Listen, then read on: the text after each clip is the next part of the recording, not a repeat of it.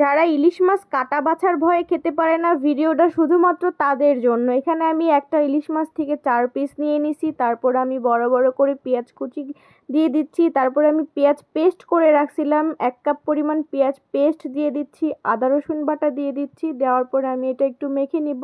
আরও কিছু উপকরণ অ্যাড করব, যেমন হলুদ, মরিচ, ধনিয়া, জিরা, স্বাদ মতো লবণ।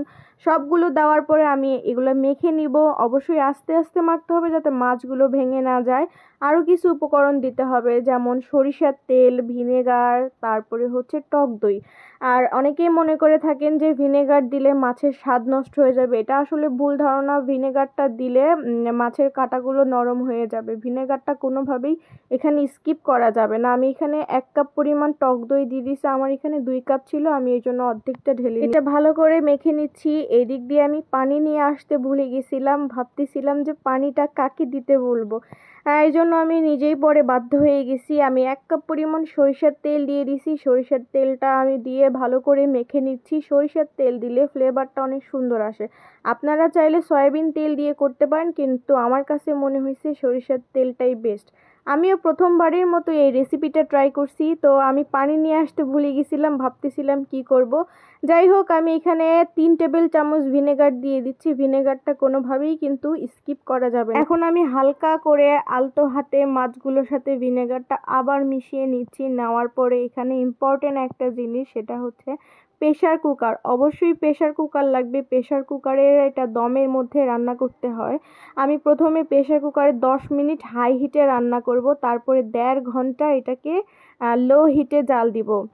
তো এখানে আমি মাছগুলো একটা একটা করে সাজিয়ে নিচ্ছি। আমার প্রেশার কুকারটা বড়, তাই একসাথেই হয়ে গেছে। কারো যদি অনেক বেশি মাছ থাকে, সেক্ষেত্রে আপনারা একটার উপর আরেকটা মাছ দিতে পারেন। বাটিটা ধুয়ে আমি 1 কাপ পরিমাণ পানি দিয়ে নিব। 1 কাপের বেশি দেওয়া যাবে না, এইটুকু পানিতেই হয়ে যাবে। আরেকটা কথা বলে রাখি, এখানে কিন্তু প্রেশার কুকারে সিটি দিবে না। এখন এটাকে 10 মিনিট হাই হিটে জাল দেব। তারপরে হচ্ছে জাল কমিয়ে দিয়ে আমি 1.5 ঘন্টার জন্য ছেড়ে দিছিলাম। এখন দেখেন কালারটা কতটা সুন্দর হয়েছে।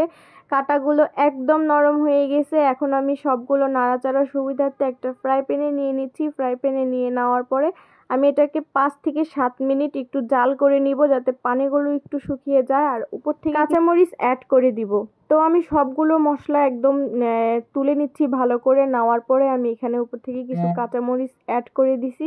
এখন আমি এটাকে 5-7 মিনিট অনেক হাই হিটে জাল দিয়ে পানিটা একটু শুকিয়ে নিব। আপনারা চাইলে একদম ভাজা ভাজাও করে নিতে পারেন, আর না চাইলে এইভাবে ট্রাই করতে পারেন।